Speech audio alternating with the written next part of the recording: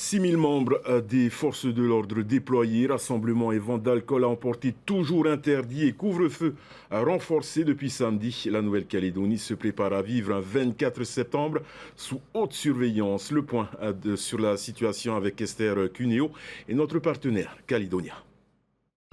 Le 24 septembre, une date qui marque la prise de possession du Caillou par la France et un jour férié à haute charge symbolique. Pour les uns, il symbolise le rattachement à la France. Pour les autres, c'est un jour de deuil du peuple kanak. En cette année de crise sans précédent pour l'archipel, les grands chefs coutumiers ont donc décidé de se réunir pour une déclaration unilatérale de souveraineté sur les chefferies. Dans ce contexte, de nombreux barrages se sont dressés dans les quartiers de la capitale. Et pour prévenir tout risque de débordement, les autorités ont mis en place un dispositif de sécurité inédit. 6 000 policiers, gendarmes et militaires ont été déployés sur l'île, soit 7 fois plus que les effectifs disponibles le 13 mai, lors du début des émeutes. À Saint-Louis, où 2 hommes ont été tués jeudi, plus de 150 gendarmes contrôlent les allées et venues sur les 6 km de routes bloquées.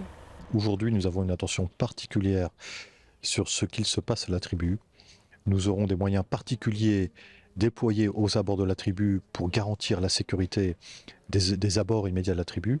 Et ce que je dois vous dire aussi, c'est que les familles, toutes les familles de Saint-Louis, aujourd'hui sont mobilisées pour garder cette tribu, cette communauté, dans le calme et dans la paix depuis hier. Sous couvert d'anonymat, certains habitants confient leurs inquiétudes de voir les chefs coutumiers perdre le contrôle sur les jeunes fauteurs de troubles.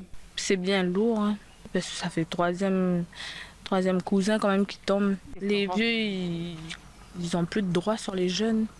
C'est eux qui commandent. Après, s'ils sont pas contents, je sais pas, ils vont se plaindre avec eux parce que les jeunes, ils écoutent plus. Mais voilà, les jeunes, ils sont fatigués de parler aux vieux aussi. On dirait qu'ils parlent dans le vide.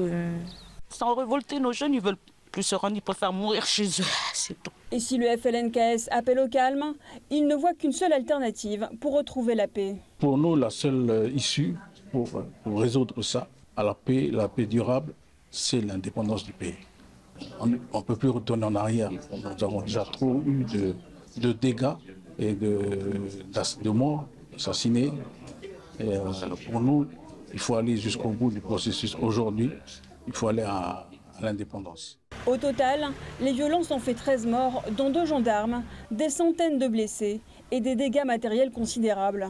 Si la tension est redescendue depuis, le sud de la Grande Terre est toujours inaccessible par la route.